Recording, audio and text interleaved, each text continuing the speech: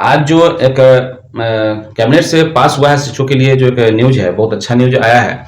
वेतन संरक्षण की बात की गई है 2020 नियमावली के तहत।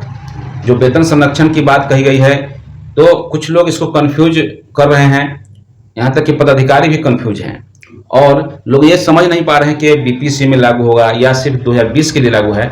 तो कुछ लोग इसको जानना चाह रहे हैं। तो वेतन संरक्षण पहले है क्या, इसको समझें। तो वेतन संरक्षण क्या है, जब तक हम नहीं समझेंगे तब तक और मुद्दा नहीं समझ पाएंगे। तो ये पहले जानिए कि वेतन संरक्षण है क्या। बता दें कि वेतन संरक्षण क्या है कि वेतन में कटौती और सेवाओं में टूट के बिना पूर्व में नियुक्त कर्मचारियों को नई नियुक्ति का अवसर प्रदान करना ही वेतन संरक्षण है। तो वेतन संरक्षण के बारे में आपने समझ लिया, और वेतन संरक्षण के क्या नियम हैं उससे भी हम लोग समझने का प्रयास करते हैं। तो आपको बता दें कि यदि पूर्व से कार्यरत शिक्षकों कर्मचारियों की नियुक्ति समान पे लेवल के पद पर होती है, तो नए पद पर उसका मूल वेतन वही रहेगा जो पूर्व के पद पर उसे मिल रहा था। यदि किसी शिक्षकों या कर्मचारियों की नियुक्ति ऐसे पद पर होती है जिसका पे लेवल पूर्व पद की अपेक्षा कम है, तो उसके पूर्व पद के पे लेवल में मिल रहे मौलिक वेतन के समतुल्य राशि ही निम्न पद के पे लेवल में दी जाएगी। यानी कि आप यहाँ साफ तौर से समझ गए कि जो आपका लेवल पहले से है वो लेवल में कमी नहीं की जाएगी। तो मान लीजिए कि आपकी बहाली हुई, उस समय आपका मूल वेतन अगर 26,000 है, लेकिन बहाली अगर हो रही है 25,000 पर, तो उस समय नई बहाली में आपका मूल वेतन 26,000 ही रह जाएगा और उसी पर वेतन काउंट किया जाएगा। तो आपने समझ लिया कि ये वेतन संरक्षण का मामला यह है।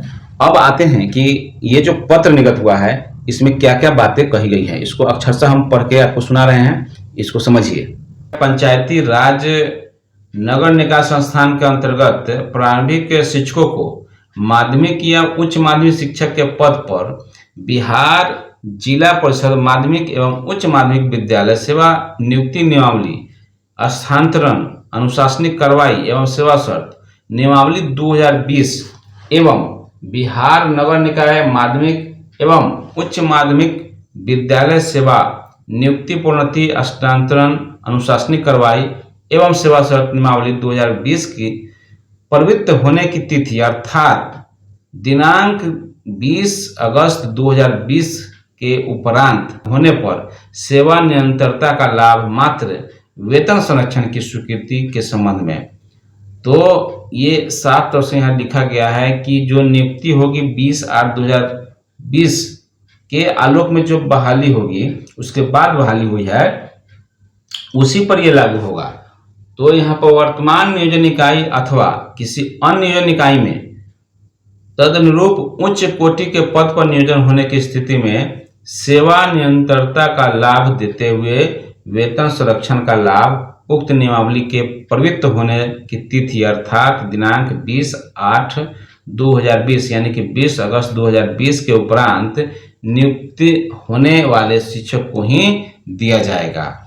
तो ये साफ तौर से यहाँ लिखा गया है। और आपको बता दें कि पूर्व में ही ये मांग बिहार माध्यमिक शिक्षक संघ के जो प्रदेश अध्यक्ष केदारनाथ पांडे जी थे, उनके द्वारा बार बार सदन में भी मांग किया जाता रहा। इसके साथ ही आपको बता दें कि शत्रुघ्न प्रसाद सिंह जो महासचिव हैं, उनके द्वारा भी ये मांग बार बार दोहराई गई कि जो शिक्षक हैं प्राइमरी से हाई स्कूल में आए हैं या +2 में गए हैं, तो उन्हें वेतन अभी जो मिल रहा था उस वेतन से कम है। तो ऐसे में उनका वेतन जो पूर्व का मूल वेतन था उसका लाभ वहाँ दिया जाए। ये मांग पहले से रही है और इसको आज जो समझिए कि शिक्षा विभाग के द्वारा कैबिनेट के बैठक में ये पास कर दिया गया और इसका फायदा बहुतों शिक्षकों को होगा।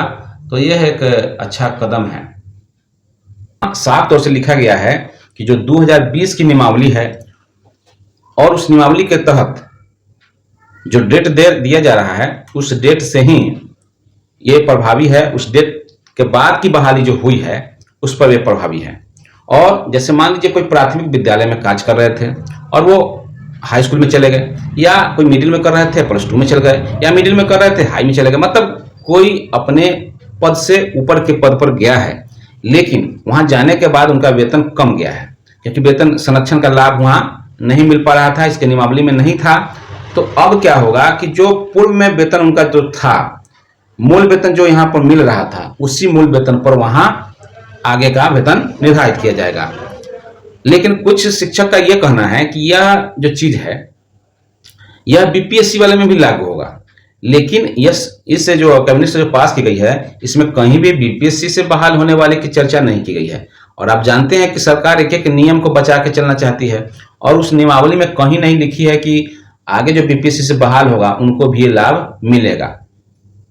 क्योंकि जो बीपीएससी से बहाल होना है उसमें इसकी जो नियमावली है उसमें कहीं भी इसकी चर्चा, वेतन संरक्षण की चर्चा नहीं है। और 2020 नियमावली के लिए जो वेतन संरक्षण आया है, तो नियमावली बनने के समय तो ये नहीं आया, आज आ रहा है उसका आदेश। तो हालांकि उस तारीख से वो प्रभावी हो जाएगा, लेकिन बीपीएससी के बारे में भी हो सकता है कल को ये निकल जाए कि उन्हें वेतन संरक्षण का लाभ मिलेगा, ये अलग बात है। तो ये आप लोग साफ हो जाएं कि बीपीएससी वाले नियम पर लागू नहीं होगा। हालांकि एक वरीय पदाधिकारी जो इस विभाग के हैं, जो मुख्य सचिव हैं, उनके द्वारा ये कहा गया कि ये बीपीएससी वाले पर भी लागू होगा।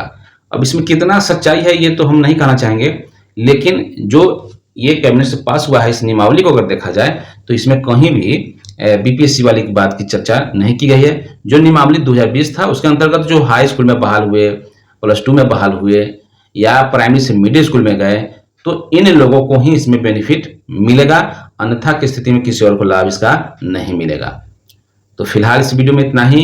वीडियो अगर अच्छा लगा तो वीडियो को शेयर कीजिए, साथ ही साथ कमेंट के माध्यम से अपना फीडबैक जरूर दीजिए, और चैनल पर नए हैं तो चैनल को सब्सक्राइब कर लीजिए। धन्यवाद। जय हिंद, जय भारत, जय शिक्षक।